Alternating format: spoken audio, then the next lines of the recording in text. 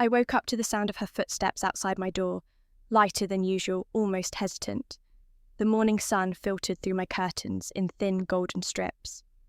I was already awake, staring at the ceiling, running my fingers through the long black hair that pooled across my pillow. 23 years of growth. My mother used to say it was my crown, the one thing that made me beautiful in a family where beauty was currency. I heard the knock. 3 soft taps. "Halena?" Her voice was sweet, practiced. "Can I borrow your butterfly clip? The silver one?" I didn't answer immediately. My fingers found the clip on my nightstand, the metal cool against my palm. It was always the same routine. Every morning for the past 2 years since I'd moved back home after university, my younger sister Ivy would come to my room. She'd smile, compliment something trivial, and ask for the clip. Then she'd vanish into her own room and emerge 20 minutes later with her hair styled exactly like mine. At first, I'd found it flattering. Imitation as the sincerest form of flattery, they said. But flattery doesn't explain why she wore my hairstyle to my job interview and got hired instead. Flattery doesn't explain why David, the man I'd been seeing for 8 months, started looking at her the way he used to look at me. "It's on the dresser!" I called out, my voice hollow.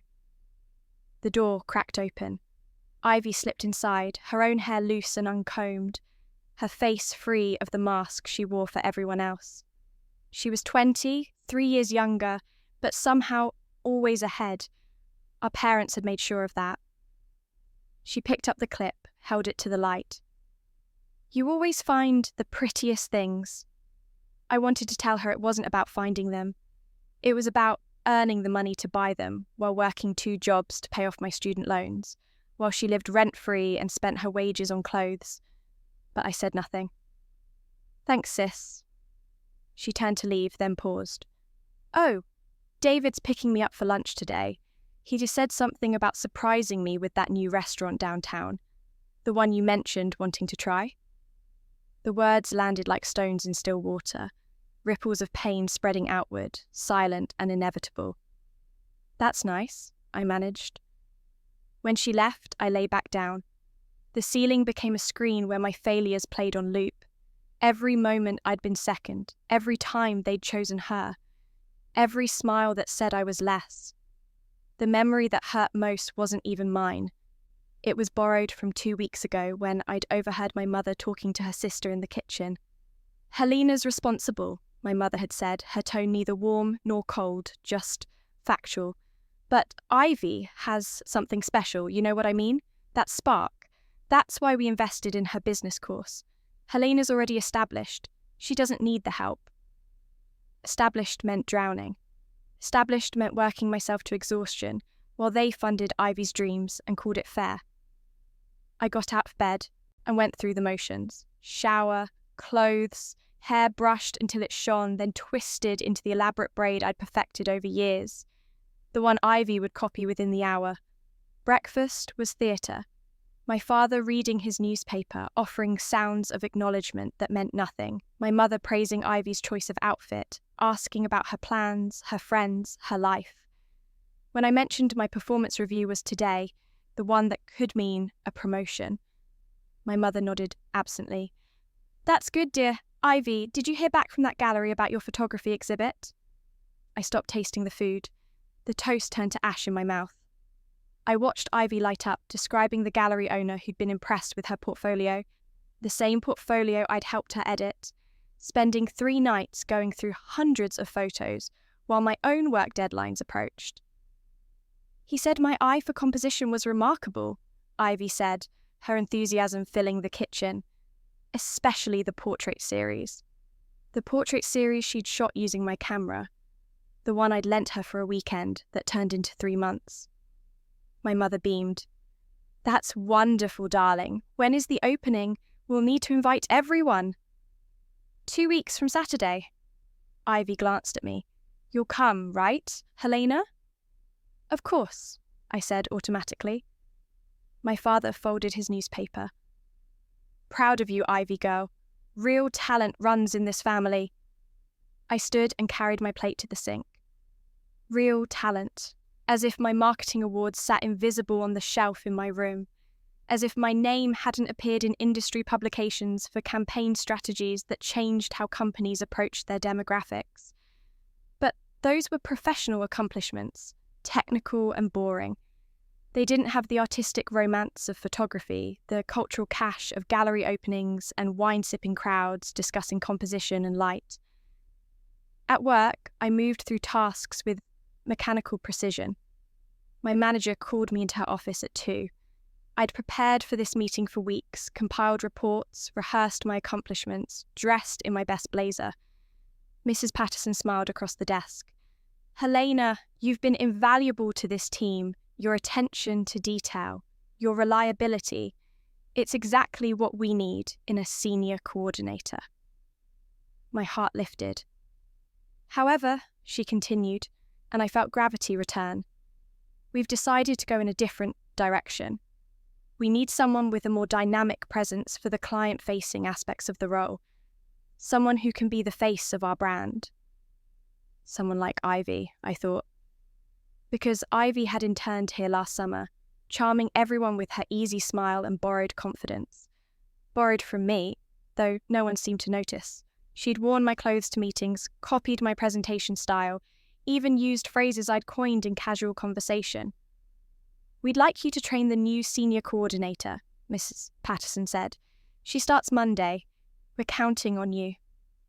The woman who would take my position would arrive wearing my success like a coat she'd found in a thrift store, never knowing who'd worn it first, never caring.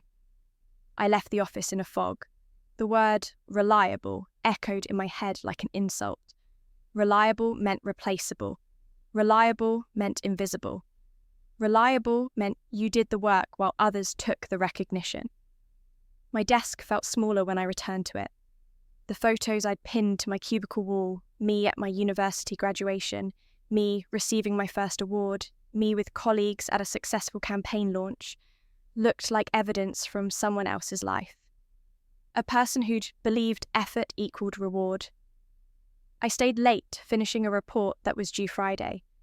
The office emptied around me until only the cleaning staff remained humming along to their radio as they worked.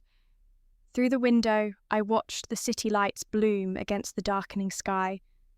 Somewhere out there, David and Ivy were having dinner at the restaurant I'd discovered, reading the menu I'd researched, enjoying the ambiance I'd wanted to experience. I wondered if he'd order the duck I'd mentioned, if they'd laugh about how I'd sent him the article about the chef, if my absence made the evening more enjoyable, removing the complication of guilt. When I finally got home at 9, the house was dark, except for the living room where my parents watched television. I heard their voices, my mother's laugh at something my father said. I climbed the stairs without announcing myself. In my room, I sat at my desk and stared at my reflection in the dark window. My hair was still perfect, the elaborate braid holding strong after 12 hours. I'd mastered the technique after watching countless tutorials, practicing until my arms ached. Ivy had learned it in 20 minutes by watching me, then improved it with small touches that made people compliment her creativity. That was her gift, taking what I built and making it look effortless. My phone buzzed. A message from David. "I'm sorry it has to be like this. You deserve better than someone who couldn't see you clearly. Ivy and I, it just happened. I hope you can understand someday." I read it 3 times.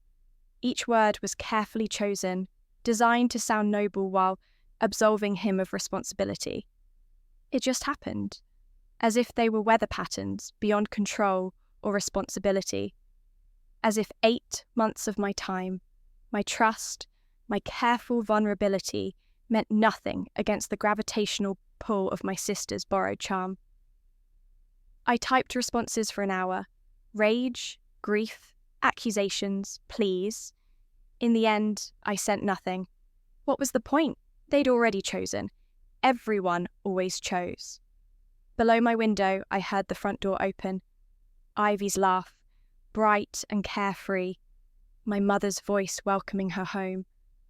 The 3 of them talking in the foyer, a family unit complete without me. I pulled out my desk drawer, and found the birthday card my grandmother had sent me last month, before the stroke that had left her, unable to speak, her handwriting shaky but determined. "You have always been enough, my darling girl. Don't let anyone convince you otherwise." She'd been the only one who'd seen me clearly, who'd asked about my work with genuine interest, who'd told me I was her favourite, not because I achieved more, but because I stayed true to myself. She was in a care facility now, her sharp mind trapped behind broken speech and failing memory. I'd visited last week and she'd looked at me without recognition, her eyes foggy with confusion. Everyone who saw me was disappearing. I put the card back and pulled out the scissors from my desk drawer, the ones I used for craft projects, for cutting articles from magazines, for trimming the plants on my windowsill. I gathered my hair at the shoulder and held the blades against it. The metal was cold. My hand shook. This hair had taken years to grow. My mother had forbidden me from cutting it short as a teenager, saying long hair was more feminine, more professional, more everything. I'd maintained it like a garden, deep conditioning treatments every week, silk pillowcases to prevent breakage, regular trims to keep the ends healthy. Ivy had grown her hair long to match mine only after seeing the attention it brought me, after watching how people complimented its shine, its thickness, its length. The first cut was the hardest. I pressed the blades together and felt the resistance, then the give. A long, dark strand fell into my lap. Then it became easier. I cut without precision or plan, just removed the weight that had been pulling me down for years. Pieces fell around me like shed skin, like the remnants of a person I no longer wanted to be. When I finished, my hair barely touched my chin, uneven and ragged and completely mine. I looked at my reflection in the window. A stranger looked back, raw and exposed. I felt nothing, just a strange, distant calm. The hair on the floor formed a dark pool, years of growth scattered across hardwood. I didn't sweep it up, let them find it in the morning, let them see what happened when you forgot someone existed. I changed into pajamas and got into bed. The pillow felt wrong without the weight of my hair spreading across it. My head felt light, untethered. Sleep came surprisingly easily, heavy and dark and final. I didn't wake up to my alarm. I woke up to my mother's voice calling from downstairs, younger somehow, more energetic. Sunlight hit my face at the wrong angle. The room smelled different, like the lavender sachets my mother used to make before she'd gotten too busy with Ivy's activities.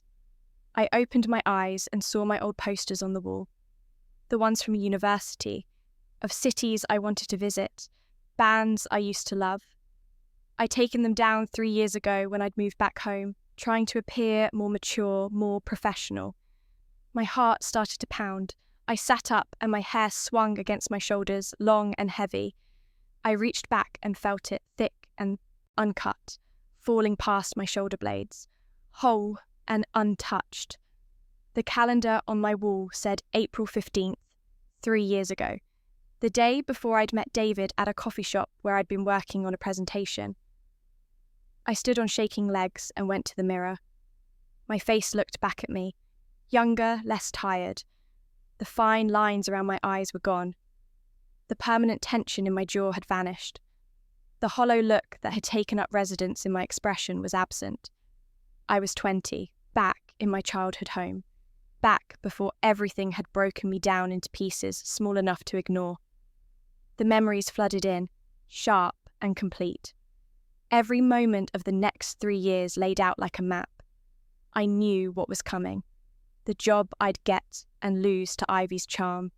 David's careful courtship that would shift to her the moment she copied my style at that company party.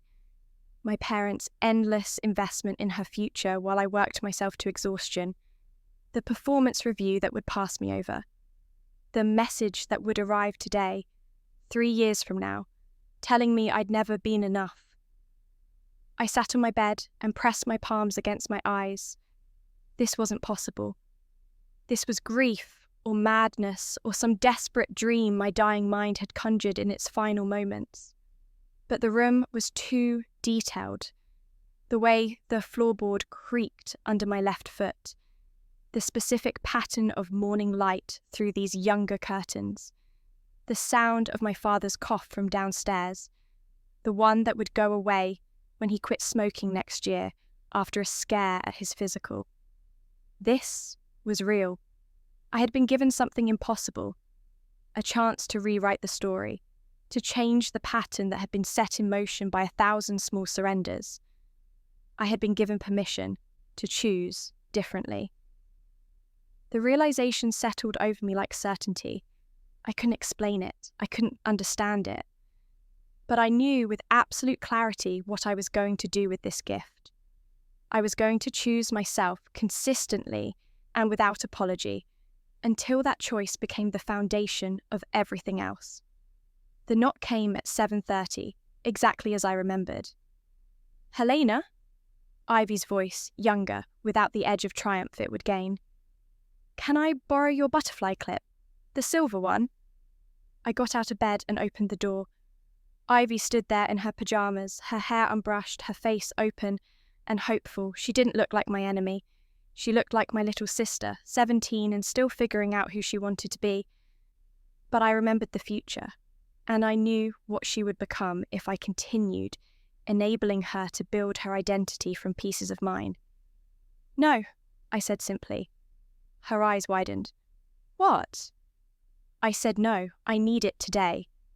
"But you never wear it on Tuesdays. You always let me borrow it." Things change. I stepped back and closed the door gently but firmly. Through the wood, I heard her make a small sound of confusion, then her footsteps retreating down the hall. I got ready with deliberate care. Instead of the elaborate braid I would have done, I pulled my hair into a simple ponytail, professional but effortless. I chose my second best outfit, saving my best for when it would actually matter. At breakfast, my mother looked between Ivy and me with mild concern. "Is everything all right, girls?" "Fine," I said, taking a piece of toast. "Just decided to change things up a bit." Ivy sat across from me, her hair hanging loose and uncombed, her expression confused. She kept glancing at me, waiting for explanation or apology. I offered neither. My father lowered his newspaper. "Halena, your mother mentioned you had that presentation today. The marketing proposal." I blinked. I'd forgotten this. This was the presentation that would lead to my first real recognition at the consulting firm where I worked part-time during university. The one I'd nearly fumbled because I'd been exhausted from helping Ivy study for her exams the night before. "Yes," I said, "this afternoon." "Good luck," he said, and returned to his paper. It wasn't much, but it was more than he would say in 3 years. I'd take it. "I could help you practice," Ivy offered, her voice uncertain. She was trying to bridge whatever gap had opened between us. "Like you helped me last week with my literature essay." "I'm prepared," I said, "but thank you." My mother set down her coffee cup. "Halena, is something bothering you? You seem different this morning." "I'm fine, Mum. Just focused." I finished breakfast quickly and gathered my materials. As I headed for the door, Ivy caught up with me in the hallway. "Did I do something wrong?" she asked quietly. I looked at her and saw both versions. The 17-year-old who genuinely didn't understand what was happening, and the 20-year-old who would take everything while claiming innocence. "No," I said truthfully. "You didn't do anything wrong. I'm just learning to do things differently." "I don't understand." "You don't have to." I went to the library, instead of helping Ivy with her coursework like I remembered doing. She sent 3 texts asking where I was, if I was mad at her, what she'd done wrong. I silenced my phone and focused on my work. The presentation went perfectly. I was rested, prepared, and confident in a way I hadn't been the first time. I didn't stumble over the statistics section. I didn't lose my place in the conclusion. I answered questions with clarity and precision. My supervisor pulled me aside afterward. "Excellent work, Halena.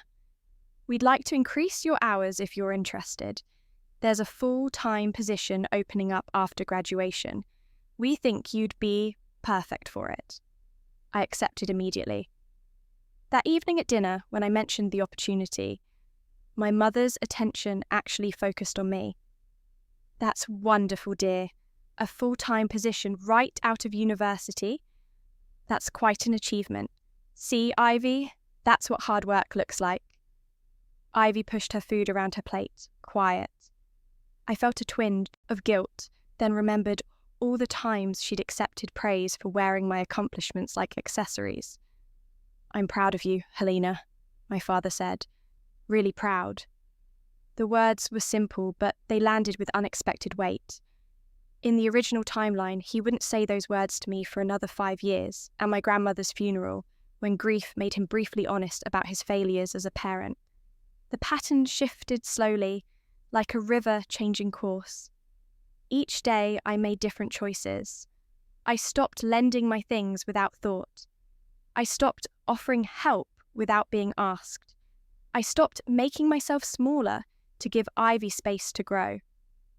When she asked to borrow my camera for a photography class, I said, "I'm using it this weekend. Maybe you could rent one from the university?"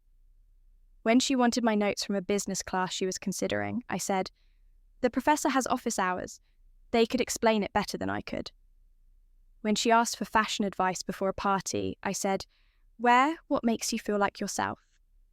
Each small boundary felt like rebellion, but with each one, I breathed easier. I joined a gym and started morning runs before anyone else was awake.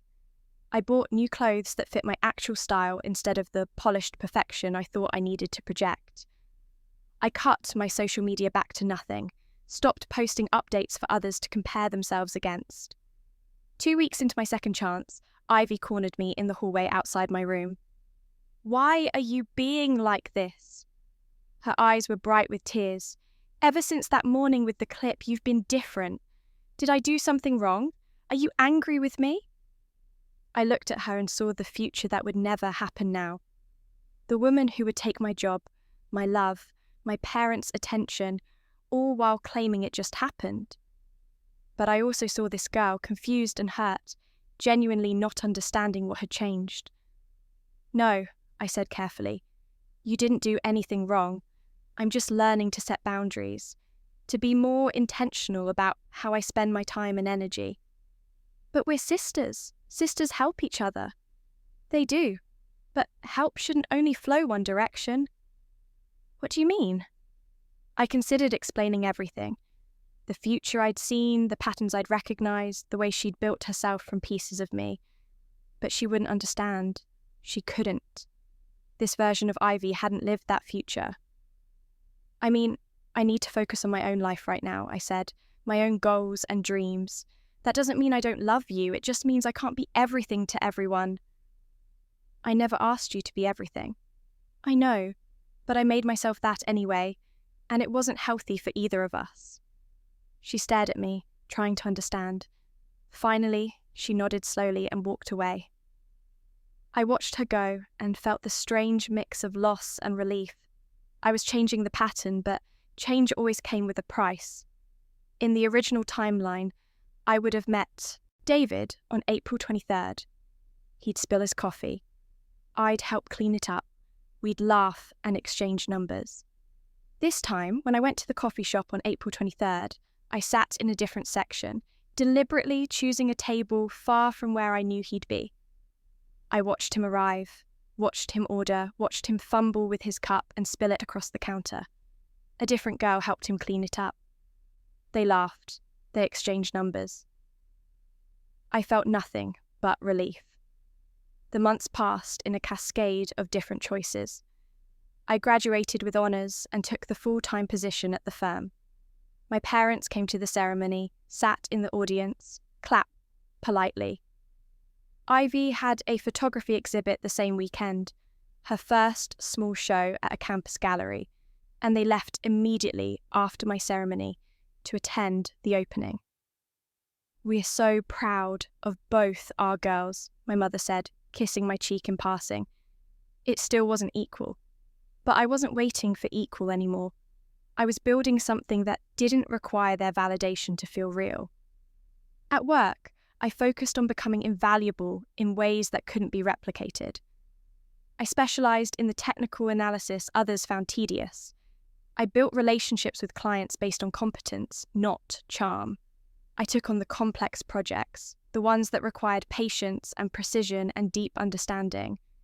I became known for my reliability, but I redefined what that meant. Reliable didn't mean available for everyone else's convenience. It meant I delivered excellent work consistently within my own carefully maintained boundaries. When colleagues asked me to cover their shifts, I said no when it didn't work for me. When managers tried to add responsibilities without adding resources, I pushed back with data and reasoning.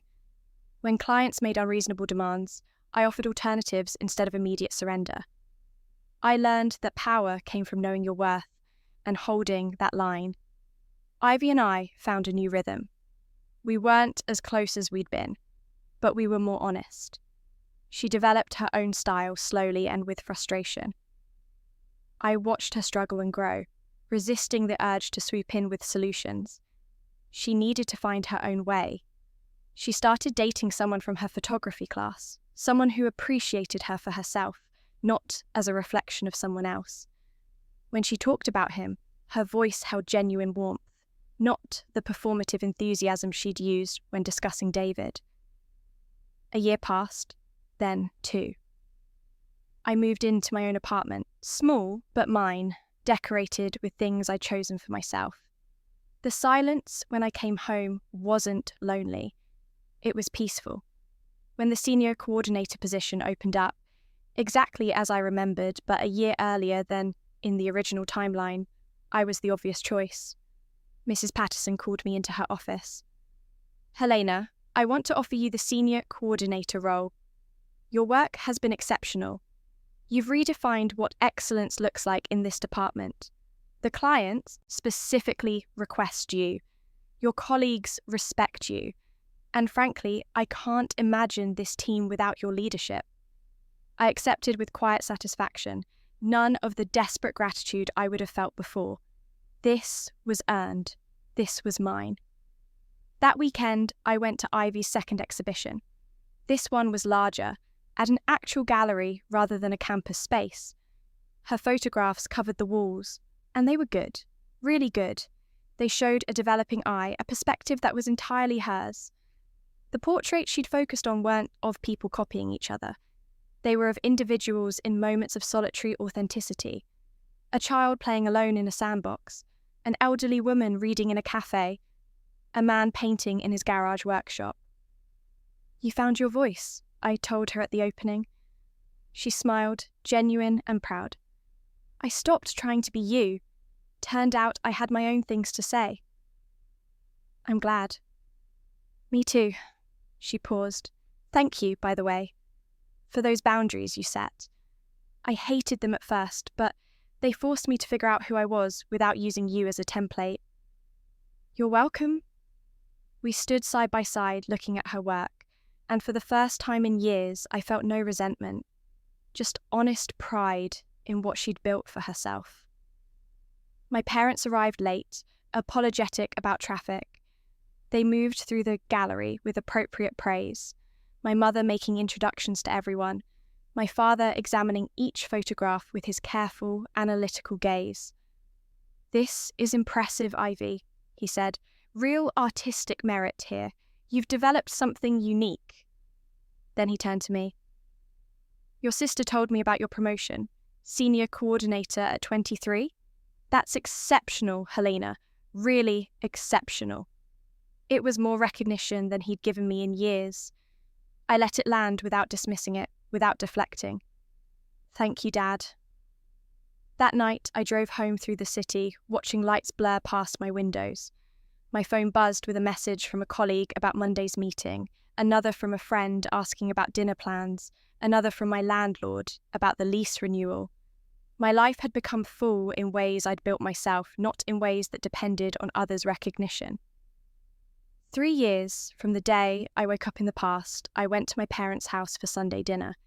It was the same date that, in the original timeline, David had sent me that message. The day my old life had truly ended. This time, I arrived in my own car, paid off with my promotion bonus. I wore jeans and a sweater, comfortable in my skin. My hair had grown back to shoulder length, and I'd learned to style it simply. No elaborate braids or clips required. My mother answered the door. "Halena, perfect timing. I just pulled the roast out." The house smelled like my childhood, like before everything got complicated. Like Sunday dinners when we were all just family, before comparison became the family language. At dinner, my father asked about my work with genuine interest. My mother asked about my health, my apartment, my life. Ivy talked about a commission she'd received for a corporate portrait series. It wasn't perfect. My parents would probably always give Ivy slightly more attention, slightly more financial help. Old patterns died hard, and some never died at all. But I wasn't waiting for perfect anymore.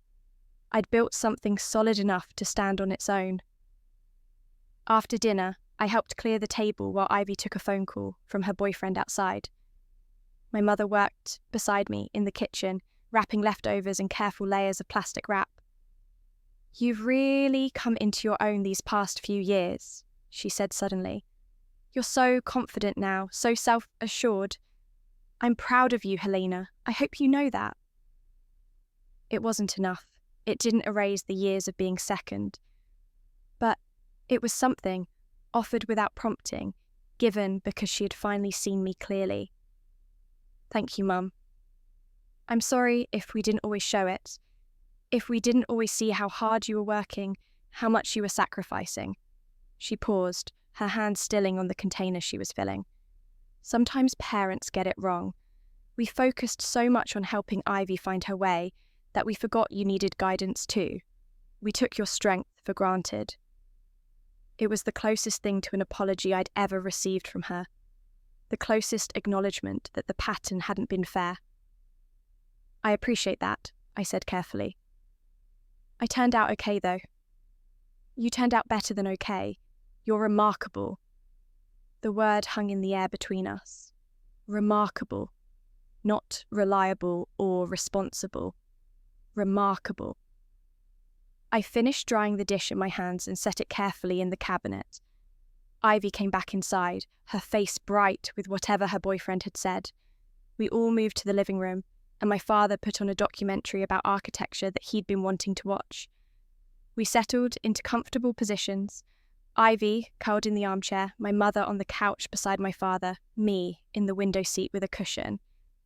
It was ordinary, simple. The kind of evening that wouldn't stand out in memory except for what it represented. A family learning to see each other clearly, learning to value different strengths, learning that love didn't require sameness.